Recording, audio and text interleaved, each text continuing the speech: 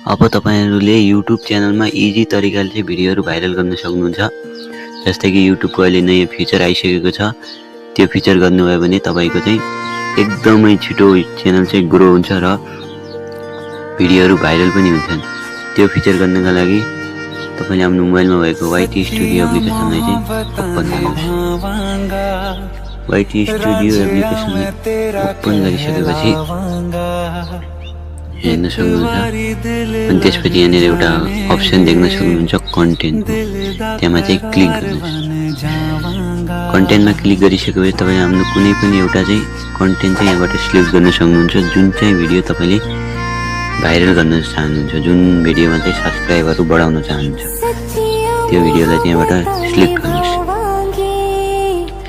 भिडियोलाई सिलेक्ट गरिसकेपछि माथिनेर हेर्न सक्नुहुन्छ एउटा पेन्सिलको आइकन देख्नु छ। त्यो पेन्सिलको आइकनमा चाहिँ क्लिक गर्नुहोस्। त्यसपछि यहाँनिर लोडिङ लिन्छ। अलिकति तल स्क्रोल डाउन गर्नुहोस्। त्यसपछि चाहिँ यहाँनिर एउटा अप्सन देख्नु सक्नुहुन्छ कोलाबोरेसन। यसमा चाहिँ क्लिक गर्नुहोस्। क्लिक गरिसकेपछि माथिनेर अर्को अप्सन देख्न सक्नुहुन्छ इन्भाइट अ कोलाबोरेट। अब तपाईले चाहिँ कसैलाई पनि यहाँनिर चाहिँ कोलाबोरेसनको लागि चाहिँ इन्भाइट गर्न सक्नुहुन्छ। यहीबाट चाहिँ तपाईको भिडियो चाहिँ भाइरल हुन्छ। ल अब चाहिँ तपाईले यहाँनिर चाहिँ कुन कसको चाहिँ च्यानललाई चाहिँ इन्भाइट गर्न चाहनुहुन्छ। फर एक्जाम्पलको लागि चाहिँ मैले चाहिँ मनोज देवको च्यानललाई चाहिँ यहाँबाट चाहिँ इन्भाइट गर्दैछु। यहाँनिर टक्क च्यानलमा क्लिक गर्नुहोस्। त्यसपछि चाहिँ यहाँनिर एउटा अप्सन हेर्न सक्नुहुन्छ।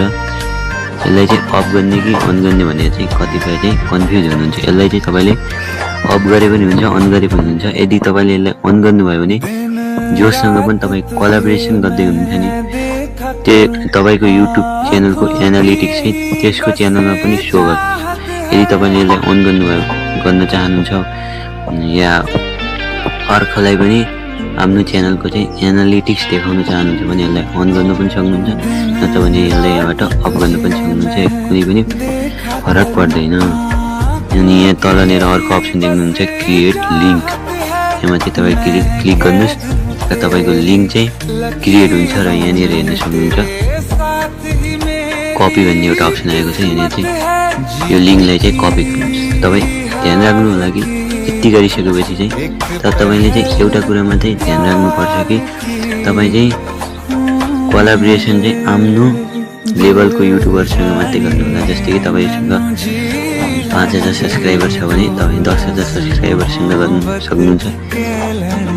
यदि तपाईको चाहिँ कम सब्स्क्राइबर छ तर धेरै सब्स्क्राइबरसँग चाहिँ कोलाबोरेसन गर्नका लागि उसलाई इन्भाइट गर्नु भने उ चाहिँ तपाईसँग चाहिँ कहिले पनि कोलाबोरेसन गर्दैन। तपाई आफ्नो लेभलसँग गर्नु होला र अगाडि बढ्नु होला।